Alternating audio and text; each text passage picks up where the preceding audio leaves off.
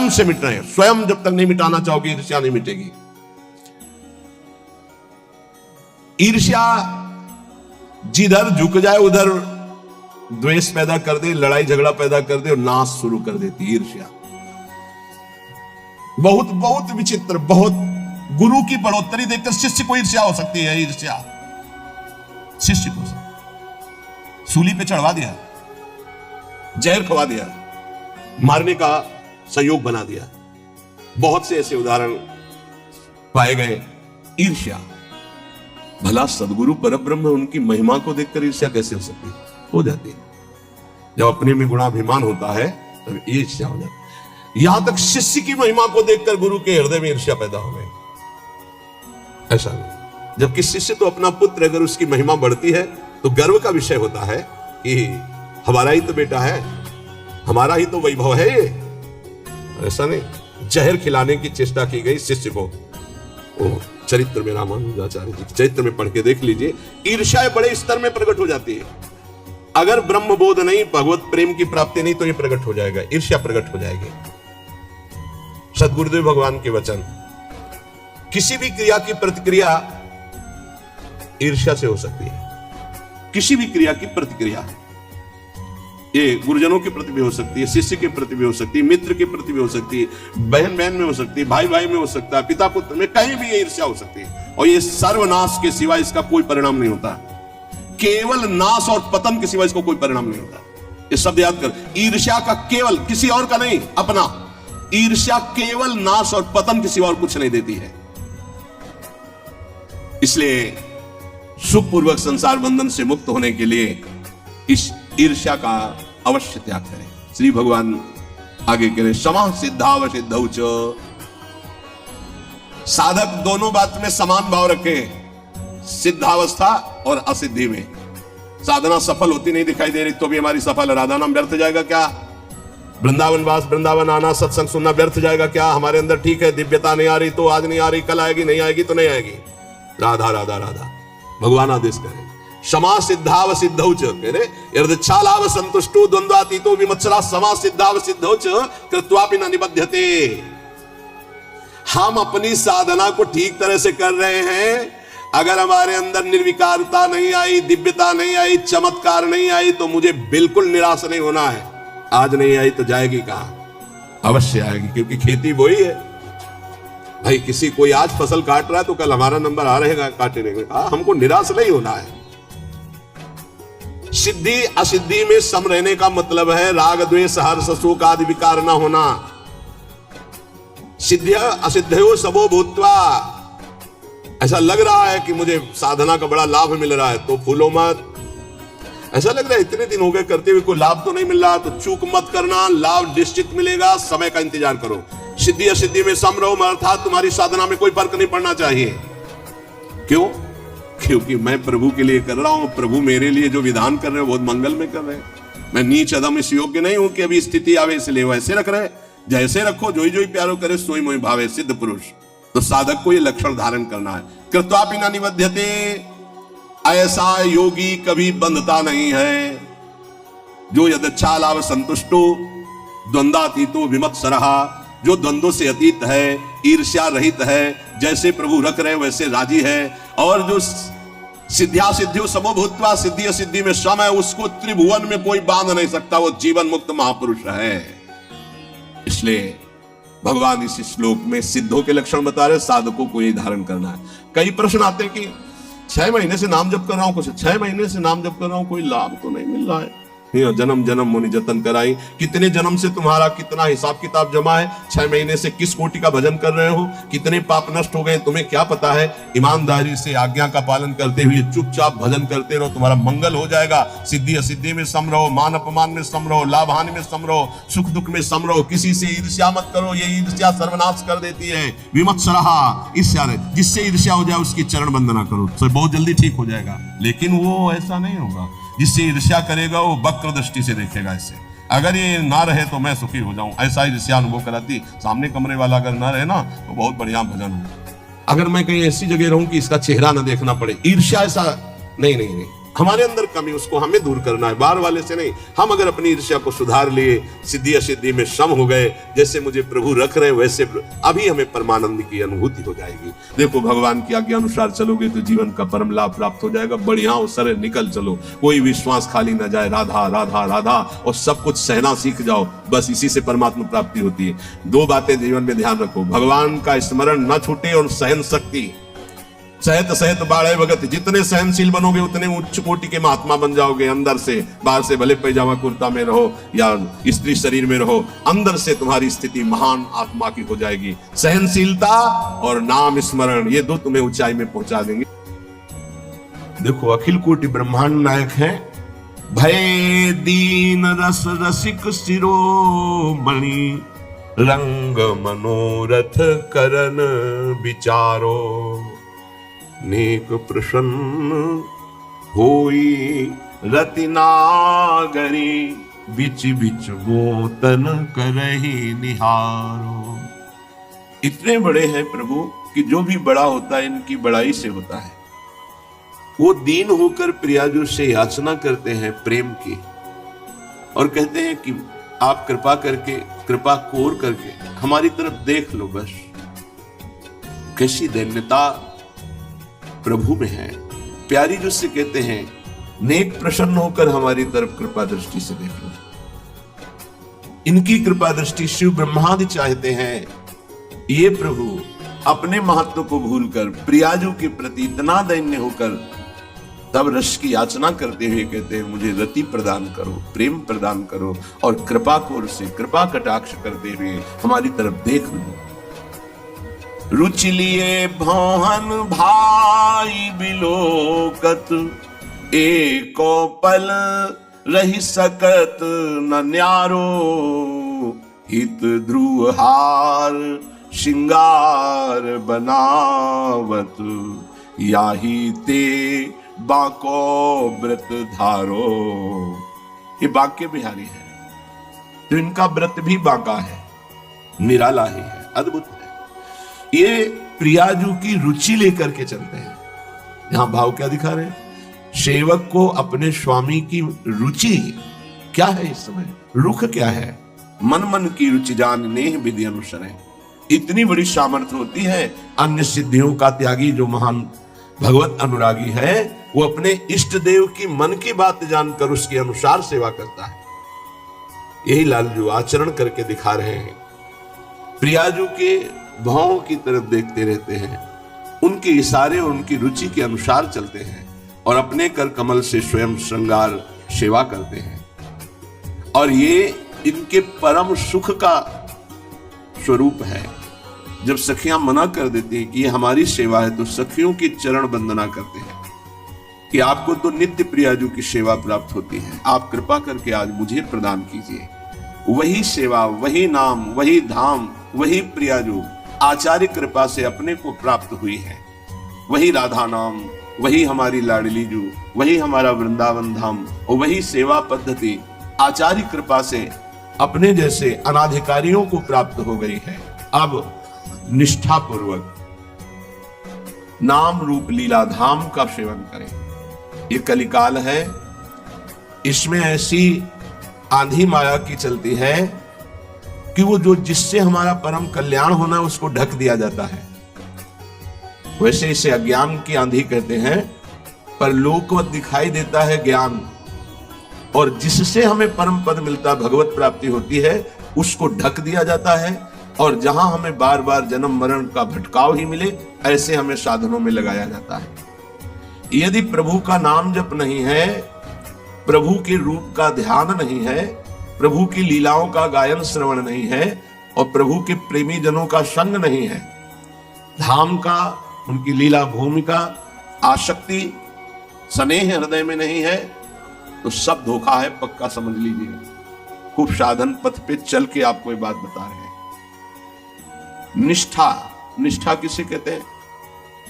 चाहे जितना भय या प्रलोभन हो, अपनी बात से ना डिगे, उसे निष्ठा कहते हैं। श्रीपाद कह रहे हैं, वृंदावन की निष्ठा, गुरु निष्ठा, नाम निष्ठा, प्रभु की लीला गुण श्रवण की निष्ठा या सेवा निष्ठा, यही हमको प्रेम प्रदान करती है, जिसका शब्द याद रखो, निष्ठा। यहां हो सब रहा है, लेकिन निष्ठा किसी बिरले में होगी। निष्ठा, प्राण निकल जाए पर हमारी सेवा नहीं छूटेगी। अगर प्राण है तो सेवा होगी। अगर नाम चल रहा है तो प्राण चल रहे, नाम छूटा तो प्राण छूटे, इसे नाम निष्ठा कहते हैं। गुरुदेव की सेवा है तो गुरुनिष्ठ जीवित है, गुरुदेव की सेवा नहीं तो गुरुनिष्ठ है ही नहीं, उसका अस्तित्व है नहीं। कुछ महापुरुषों ने जे ही सुना कि महाप्रभु हरिवंश चंद्र जो अंतर ध्यान हुए गुरु निष्ठावान, तो सुनते ही बस मुंह बगर गया, नेत्र खुले रह गए, प्राण निकल गए। कितने ऐसे महापुरुष। महाप्रभु चैतन्य देव विलीन हो गए श्री जगन्नाथ जी में, कितने महाभागवत तत्काल प्राण त्याग दिए। अपने गुरुदेव के प्रति ऐसी निष्ठा, या नाम के प्रति निष्ठा, या इष्ट देव के प्रति सेवा की निष्ठा, ये बड़ी दुर्लभ है। और निष्ठा प्राप्त हो गई तो अजित भगवान को जीत लिया। ये निष्ठा कैसे मानी जाएगी कि हमारे हृदय में आ रही है? लोकाः स्वच्छंद निंदाम विदधति यदि में किम ततो दीन दीनम। यदि हमारी लोक में निंदा हो रही है खूब स्वच्छंद रूप से, फिर भी हम अपनी भक्ति को न छोड़ें। ऐसा ना सोचे कि मेरी भक्ति में कोई त्रुटि है क्या। लोग हमारा उपहास करते हैं, हमारी निंदा करते हैं, हमारा अपमान करते हैं। सच्ची मानिएगा, निंदा, अपमान, तिरस्कार ये भगवान की प्राप्ति के लिए अत्यंत आवश्यक है। उसे शायद आप ना समझ पाए कि तिरस्कार, अपमान और निंदा कैसे आवश्यक हो सकती है, क्योंकि जो हमारा शरीर राग है और अन्य भरोसे हैं, ये तभी नष्ट होते हैं जब ठोकर लगाई जाती है। अगर चिंतामणि ने धक्का मार करके बिल्व मंगल को बाहर न कर दिया होता घर से, या आज के बाद दोबारा हमारे सामने मत दिखाई देना। अत्यंत आसक्त, कोई प्यार करने वाला ही जानता है कि जहां से उसको प्रेम की दृढ़ आसक्ति हो गई, जब उसकी ठोकर लगती है, संसार नहीं जानता। उसका हृदय प्राणों का त्याग देना अच्छा समझता है, जीना अच्छा नहीं समझता। बिल्व मंगल जी जब कटु व्यवहार चिंतामणि का हुआ तो उनका राग ढीला हुआ। तिरस्कार, अपमान, धक्का लगा के बाहर निकालो इसको बाहर। और उनके प्रति प्राण समर्पित प्यार। जो सरल हृदय के होते हैं वो छल कपट का प्यार नहीं करते, सीधा हृदय से प्यार करते हैं। और जो बौद्धिक स्तर के लोग होते हैं वो बुद्धिमानी से वो प्यार नहीं करते, वो अपनी वासनाओं की पूर्ति की बात सोचते हैं। जो सहृदय होते हैं वो आसक्त हो जाते हैं। और आसक्त चित्त का मोड़ होने के लिए अपमान, तिरस्कार बहुत जरूरी है। और जो बौद्धिक स्तर से भोगों का भोग भोगते रहते हैं, भगवान ही बचावे, क्योंकि सहृदय तो है नहीं, तो इनका अपमान भी होगा तो ये शांत होकर निकल जाएंगे और दूसरी जगह अपना भाव स्थापित करने की कोशिश करेंगे, क्योंकि उनको किसी से प्यार नहीं, उनको केवल वासनाओं का खेल खेलना होता है। अगर ठोकर लगी, तिरस्कार हुआ, घर में तो कोई रह नहीं गया था, संसार में थी तो कोई चिंतामणि, बस दूसरा नहीं। परिणामतः संत शरण, ये होती कृपा। संसार का ठुकराया हुआ जीव, फिर भगवान उस पर कृपा करते और साधु समागम देते हैं। ऐसा चित्त प्रभु में लगाया, भूल गए चिंतामणि के आंतरिक वियोग को, क्योंकि परम चिंतामणि तो भगवान है, श्री कृष्णचंद्र जी। पर पूर्वाभ्यास फिर परेशान करता है। ऐसा नहीं कि भजन करने लगे तो वासना दब गई तो मिट नहीं गई, वो अंदर है। इसीलिए इस चरित्र से शिक्षा लेनी चाहिए। उपासक कभी अपने को ऐसा न समझे मैं विकार विजयी हो गया हूं। बिल्व मंगल जी ऐसा विराग्नि जगह कि अब वृंदावन चलूं, श्री कृष्ण के चरणारविंद से चिन्हित ब्रजभूमि में उनका गुणगान करते हुए, नाम जप करते हुए वहीं प्राण त्याग दूं। प्राण त्यागने का मतलब है आजीवन ब्रजवास। इसे कोई शरीर पूर्ति वाली बात में ना ले जाए। गुरु आश्रम से प्रणाम करके चल दिए। एक आश्रम रास्ते में मिला, वहां रात्रि व्यतीत की।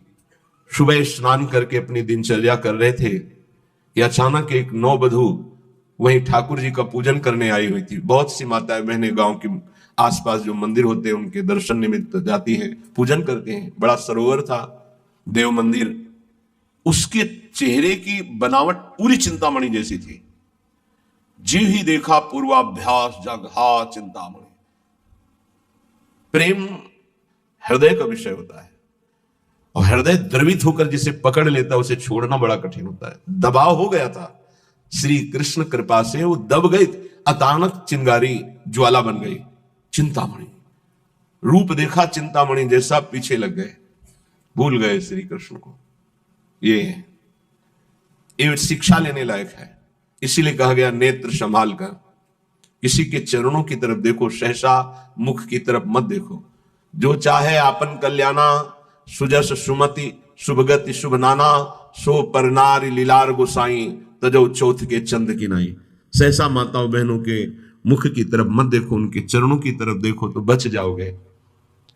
पीछे लग गए। उसने देखा कि कोई वैष्णव है, साधु है, पीछे आ रहा है, पर इसकी दृष्टि ठीक नहीं। माताओं बहनों में एक सामर्थ्य होती है, एक ही दृष्टि में पता चल जाएगा ये व्यक्ति दूषित भाव से देख रहा है या निर्मल भाव से देख रहा है। अपनी चाल और बढ़ाई तो बिल्लू मंगल जी पीछे दौड़ने लगे। प्रेमियों को किसी की परवाह नहीं होती, और उसका मोड़ है किधर हो जाए। बहुत संभाल के इसे लिखा है कि प्रेम पंथ में चलने वाला कोई बिरला ही बहादुर होता है। चढ़ के मैन तुरंग पर चलिबो पावक माई। प्रेम पंथ अति कठिन है,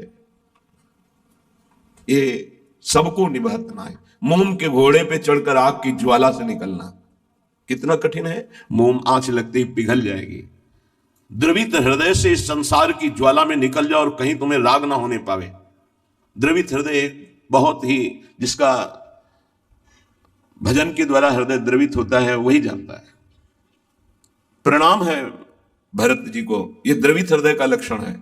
अपनी परवाह ना करके, अपने जीवन की परवाह ना करके, साधना की परवाह ना करके हिरण के बच्चे को इतना प्यार देना।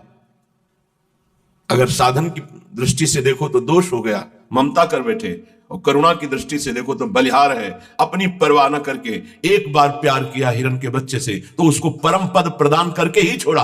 अगला जन्म वही रहुगण है।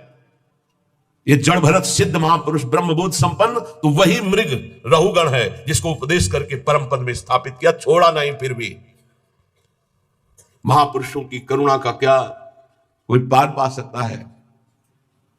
अब वो हृदय द्रवित है, चिंतामणि में आसक्त था तो वो छाप लग गई। जैसे द्रवित मोम को जो आकार दो वो ले ले, ऐसे बहुत संभाल के द्रवित हृदय को नहीं। कहीं भी अगर अपनापन हो गया तो वो नहीं जानता कि इसका अपनापन कैसा है, नहीं जानता। वो हृदय से जो प्यार करने वाला होता है उसे लोक कुल वेद धर्म मोक्ष मर्यादा ये कुछ नहीं सुनाई देती, सिर्फ अपना लक्ष्य दिखाई देता है। तभी सुंदरदास जी ने प्रेमी की दशा को लिखा है, न लाज तीन लोकन की, न वेद को कहो करे, न शंख भूत प्रेत की, न देव जच्छते डरे, सुने न कान और की, दर्शे न और इच्छना। ये डर नहीं कि मैं किसी की बहू के पीछे जा रहा हूं मारा जाऊंगा, कुछ नहीं, पीछे पीछे जा रहे। जल्दी से घर में गई और देखा पति, तो पति से कहा कि कोई पीछे साधु वेश में है पर है गलत दृष्टि से, तो आप देख लीजिए। तो उनका आप धैर्य रखिए, दरवाजे पर आया हुआ भगवान का स्वरूप माना जाता है, हम एक बार इसका सम्मान करेंगे। बाहर निकले, प्रणाम मुद्रा में, आज्ञा कीजिए, कैसे आगमन हुआ? उनका एक कौन है जो गई? कहा हमारी अर्धांगिनी धर्म पत्नी। बोले एक बार भर नेत्र देखना चाहता हूं। ऐसा ही अपने इष्ट के लिए होता है कि चाहे हे प्रिया जो मुझे नरक भेज देना, बस एक बार मैं आपको देखना चाहता हूं कि जिसके लिए जीवन अर्पित किया वो कैसे है। एक बार आप कहो कि मैं आपका हूं, एक बार स्वीकार कर लो बस। प्रेमी का हृदय तड़पता रहता है, वो बाहरी विषय नहीं होता, वो अंतर का विषय होता है। प्रेम एक पवित्र निर्मल होता है। वही जब जगत की तरफ लगता है तो मलिन और काम कहा जाता है, और वही जब प्रभु की तरफ लगता है तो निर्मल और प्रेम उज्जवल कहा जाता है। कहीं नया प्रेम नहीं होता, कोई नई चीज नहीं है प्रेम, वो है सबके हृदय में है। उसी को हम विषयों में, शरीरों में नाना प्रकार की कामनाओं में उस प्रेम को बांटे हुए हैं। उसी प्रेम को बटोरने की बात साधना है। भगवान भी कह रहे सबकी ममता ताक बटोरी, सबकी जो प्रीति वृत्ति फैला रखी उसे समेटो, मेरे चरणों में लगाओ, वही उज्जवल प्रेम हो जाएगा। जो राग है, मोह है, काम है, आसक्ति है, जगत में जो इस नाम से कहा जाता है, प्रभु की तरफ जब इसे किया जाता है तो प्रेम कहा जाता है। भगवान एक बार जिसे स्वीकार कर लेते हैं उसे कोई फंसा नहीं सकता, पक्की बात है। उस धर्मात्मा गृहस्थ ने, धर्मात्मा इसलिए कि अगर कोई साधारण होता तो 2-4 थप्पड़ मारता भगा देता, आया है वहां से साधु वेश धर करके एक बार पत्नी को देखना चाहता है, धक्का मार के भगा दे। लेकिन वो धर्म को जानने वाला था। दरवाजे पर आए हुए अतिथि का अपमान कर देने से सारे सुकृत नष्ट हो जाते हैं।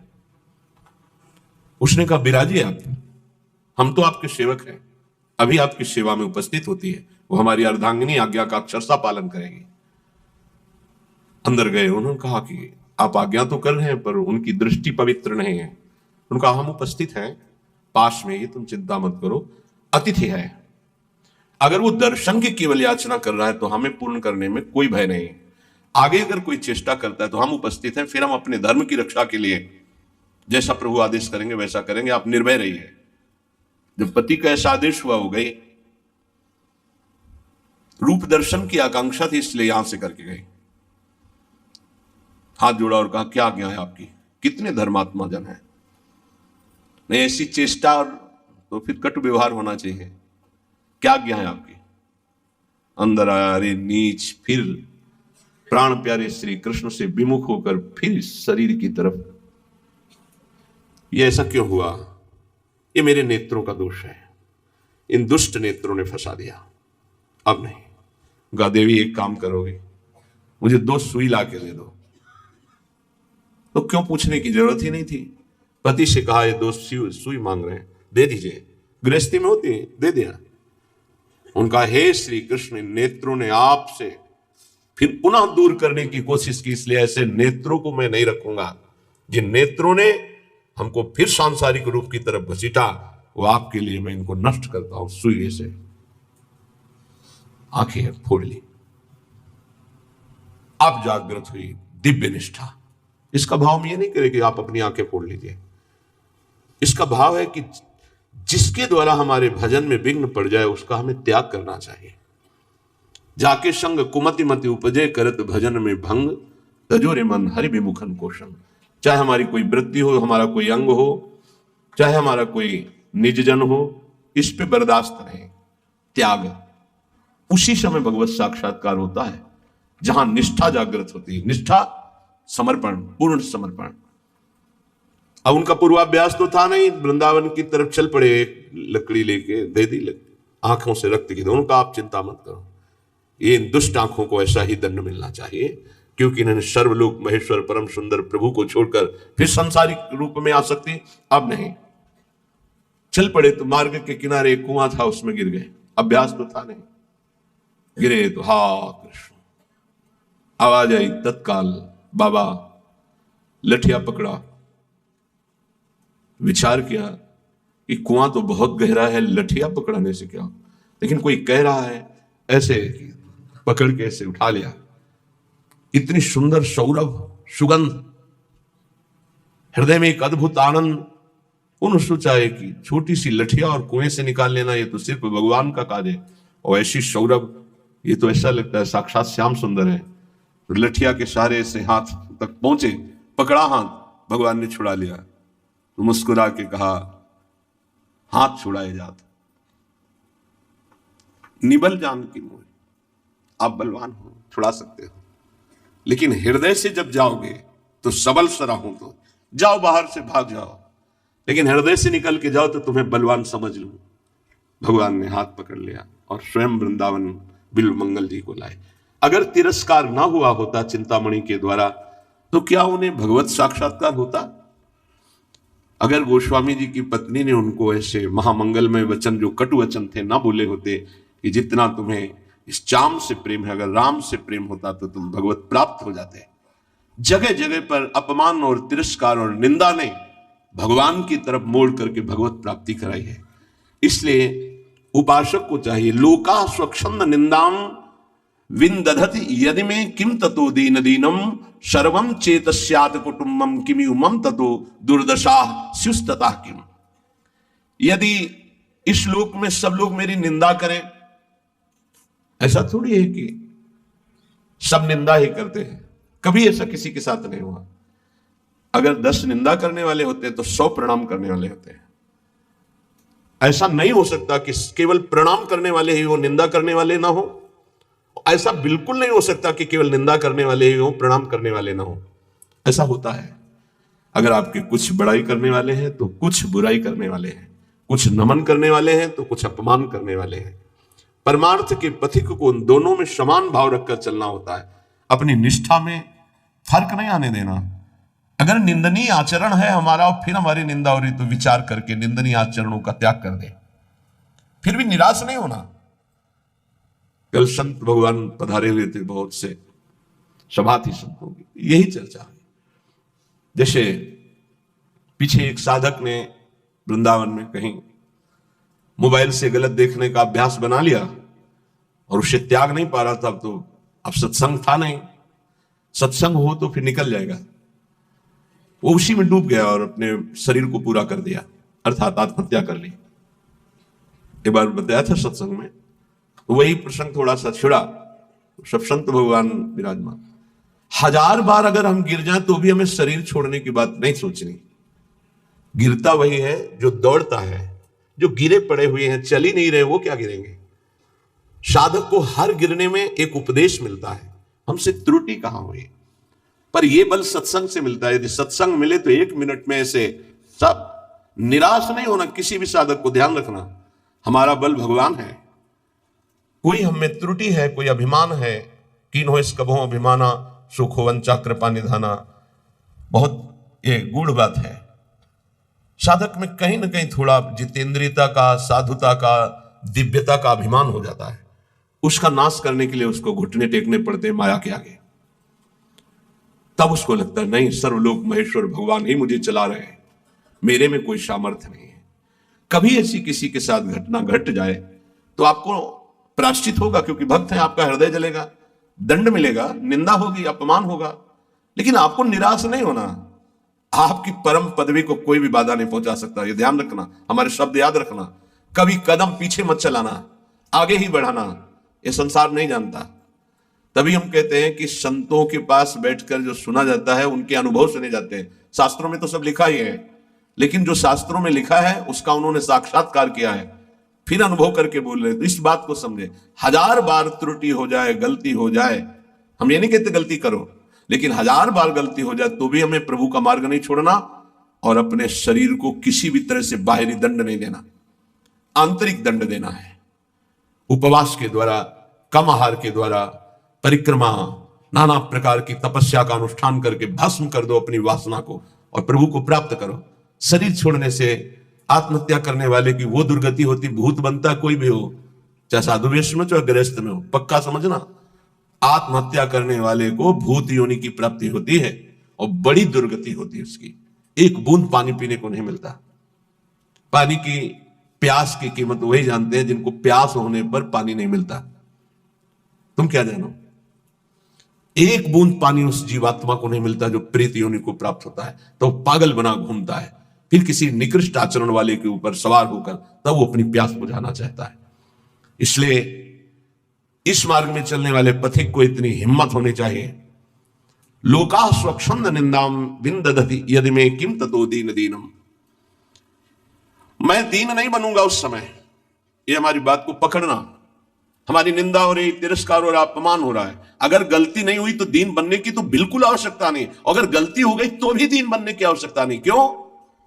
क्योंकि कुश्ती लड़ने वाला ही हारता है, देखने वाले तो केवल तालियां बजाते हैं। सदैव विजयी नहीं रहता, कभी कभी दांव चूक जाता है, दोबिया पछाड़ में गिरता है। ऐसे ही है, हमारा युद्ध हो रहा है काम से, क्रोध से, लोभ से, मोह से, मद से, मत्सर से। ये क्या जाने, संसारी क्या जाने। मानो 30 वर्ष लड़ते हुए उसे व्यतीत हो गए, कभी घुटने नहीं टेका, लेकिन अगले मिनट में चूक हो गई और घुटने टेक दिया। अब संसार उसकी पराजय की निंदा करेगा, लेकिन हम उस उपासक को सपोर्ट करते हुए हृदय से कहते हैं, कभी ने घुटने टेका, फिर खड़े हो और दौड़ प्रभु की तरफ देख, तो संसार पर विजय प्राप्त कर ही लेगा। नामे भक्ता प्रणश्यति। ये जरूरी नहीं है कि हम अपने शरीर को त्याग दें, क्योंकि ऐसी गलत, ऐसे प्रायः जिनको सत्संग नहीं मिलता ऐसा कर देते हैं। निष्ठावान त्रिभुवन पर विजय प्राप्त करता है। लोका स्वच्छंद निंदाम विंधतति। चाहे कोई कितनी निंदा करे, तुम्हें फर्क नहीं पड़ना है, और फर्क पड़ जाता है तब जब सत्संग नहीं मिलता। यह हम आपको सत्य कहते हैं। सत्संग में बड़ी सामर्थ्य है। संतों के वचन अमोघ अमृत होते हैं। सत्संग ही बचाता है, संत वाणी ही उठाती है हमको। नहीं तो कभी कभी ऐसी दशाएं जीवन में होती हैं कि साधक निराश हो जाता है, जिसको किसी को कटु व्यवहार नहीं करते, किसी से कोई मतलब नहीं रखते, अपना लक्ष्य केवल, फिर भी गाली दे रहे, फिर भी ऐसे ऐसे षड्यंत्र रच रहे, फिर भी प्रतिकूलता। हे नाथ, ऐसा क्यों हो रहा है? ये कमजोरी हमारी है। इस कमजोरी को संत वाणी दूर करती है। पक्का जब जब जीवन में कहीं कमजोरी आई, तब तब संत वाणी ने हमें उठाया, संत संग ने हमें उठाया। ये हमने जीवन में देखा है। कभी भी हम जहां निराश होने का अवसर आया, वहीं संत भगवान पधारे और ऐसे वचन बोले कि हृदय गदगद हो। कहीं भी कभी भी कोई भी घटना ऐसी जिसमें हम निराश हैं, सामने देखा है कि संत भगवान खड़े हैं और कोई ना कोई ऐसे वचन बोले जिससे निहाल हो गए। तो सत्संग के द्वारा ही हमको ऐसी सामर्थ्य मिलती है कि हम निंदा को सह सके। फिर कह रहे हैं, सर्वम चेता स्यात् कुटुंब किमिव मम ततो दुर्दशाः स्युस्तता किम। मेरे परिवार के सब लोग मुझे छोड़ दें। पक्का छोड़ देंगे, क्योंकि जहां जहां राग है वो हरि हटाएंगे, छोड़ देते हैं। जब आप सच्चाई से भजन करोगे, डरना मत। सच्चाई का जब जिस दिन भजन होगा तो परिवार का राग छूटेगा, पर परिवार में भगवत भाव रहेगा। वही हम कह रहे हैं कि भगवत भाव से प्रीति करो, राग पूर्वक नहीं। राग का नाश, राग होता है आंतरिक, बड़ा सूक्ष्म होता है। ततो दुर्दशा स्युस्तता किम। सब पूरे परिवार के छोड़ दिए, लोक में निंदा हो रही है और शरीर दुर्दशा को प्राप्त हो रहा है। ये होता है, ऐसी परिस्थिति आती है। इसी में दिव्य शरणागति का उदय होता है। दिव्य शरणागति जिससे भगवान की पूर्णता होती है, भगवान जिससे तृप्त हो जाते हैं शरणागति में, वो शरणागति इसी में होती है। लोक में निंदा हो रही, कहीं रहने का ठिकाना नहीं, कोई भी प्यार करने वाला नहीं, जिधर देखो तिरस्कार, और कोई अपना सृष्टि में कहने वाला नहीं, पूरी सृष्टि में कोई एक अपना कहने वाला नहीं। ये स्थिति आती है। स्थिति उस समय आर्त भाव से जो होता है वो शरणागति। जैसे गजेंद्र को कोई अब सहयोग देने वाला नहीं, अगले झटके में डूब जाएगा। अब याद आई हरि, अब वो शरणागति, एक सेकंड नहीं लगा, भगवान उपस्थित हो गए। हमारी बात समझना, ये शरणागति पढ़ लिख के नहीं होती, ये परिस्थिति पैदा की जाती है। जैसे अभी एक उपासक, घर बार त्यागी, वैरागी, बड़ा ही सेवक, भगवत मार्ग का पथिक, कुछ दिनों से साधारण शरीर में अव्यवस्था हुई और कल फाइनल हो गया कि गलित कुष्ठ। बहुत पुराना प्रारब्ध जागृत होता है। जैसे भीष्म जी 6 महीना बाणों की शैया पर, बाल ब्रह्मचारी, नैष्ठिक परम तप में युक्त। ऐसे ही जब हमारी भगवत प्राप्ति का योग बनता है, पक्का दिमाग में बैठा लो। कल या परसों कह रहे थे कि एकांत में सोचा करो कभी कभी कि अगर हमें कैंसर हो जाए तो, हमारी आंखें फूट जाए तो। और कल ही आ गया रिपोर्ट कि एक साधक को गलित कुष्ठ हो गया है। ये हम इसीलिए तैयार करते हैं, जैसे आर्मी के नहीं तैयार करते कि अगर कीचड़ में फंस गए तो कैसे निकलना है, पहाड़ में फंस गए तो कैसे चलना है, कैसे आपको चढ़ना है, कैसे दौड़ना है। ऐसे ही परमार्थ की ट्रेनिंग है। आपकी किडनी फेल हो जाए तो, आपका ऐसा हो जाए तो, आपका कोई न रहे तो, आपको कई दिन भोजन न मिले तो, आपको संसार निंदा करने लगे तो, इनमें सब में परिपक्व करना ये हमारा कर्तव्य है। परिपक्व होना अपने लोगों का कर्तव्य है। अब वो साधक व्यथा तो होगी थी। गलित कुष्ठ का मतलब अभी तक तो मेरी दृष्टि में इसमें कोई भी औषधि का योग नहीं देखा था। अब